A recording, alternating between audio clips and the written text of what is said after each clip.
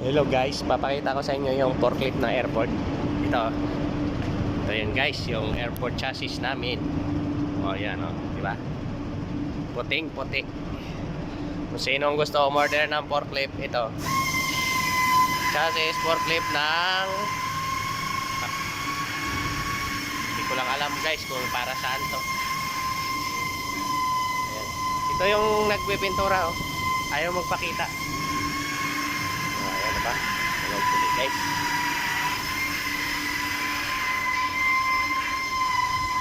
Ito yung project guys. Na isa ako nagwi-welding dyan.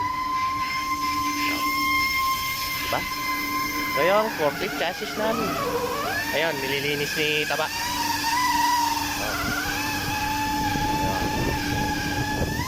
Yan ang forklift natin guys. Oh, yan o. Puting puti para sa airport. Gustong mag-order, order na kayo.